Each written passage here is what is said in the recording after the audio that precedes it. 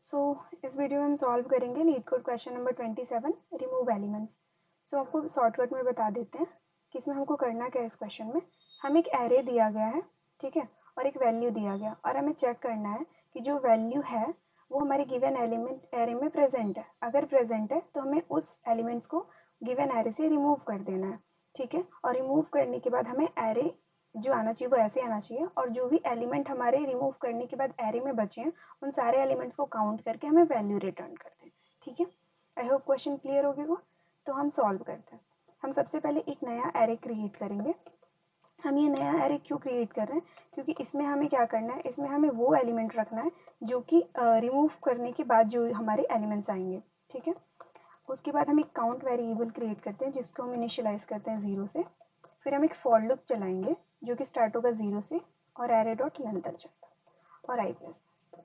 फिर हम इफ़ के अंदर एक कंडीशन देंगे कि हमारा जो एरे ऑफ आई होना चाहिए वो नॉट इक्वल टू वैल्यू के इक्वल नहीं होना चाहिए। मतलब अगर वो जो हमारा कंपैरिजन वाला एलिमेंट है ना वो अगर इक्वल नहीं है तो हमारा जो नया वाला एरे है उसमें हम उस वैल्यू को स्टोर करा लेंगे, ठीक है। और काउंट की वैल्यू इंक्रीमेंट करते जाएंगे।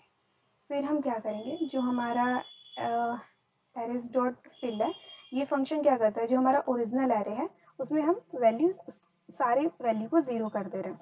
और फिर हम एक फॉर लूप चलाएंगे जो कि हमारा आई से 0 से लेके एरे डॉट लेंथ तक जाएगा और आई प्लस प्लस तक। इसमें हम क्या करेंगे कि जो हमारा ओरिजिनल एरे है, ठीक है, उसके अंदर हम वो एलिमेंट स्टोर कराएंगे जो कि डुप्लीकेट्स नहीं है और हम रिटर्न कर देंगे हमारा काउंट। अब हम इसे देखते हैं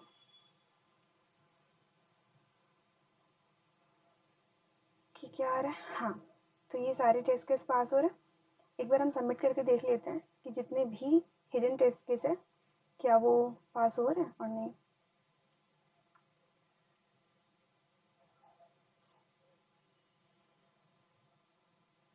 सी वो सारे टेस्ट केस पास हो रहे हैं। तो बेसिकली हमने क्या किया, एक नया एरे क्रिएट किया, ठीक है, जो कि साइज था हमारे ओरिजिनल एरे डॉट लेंथ के इक्वल। उसके बाद हमने एक नया वेरिएबल डिफाइन किया जो कि था काउंट, जिसको हमने 0 से इनिशियलाइज किया।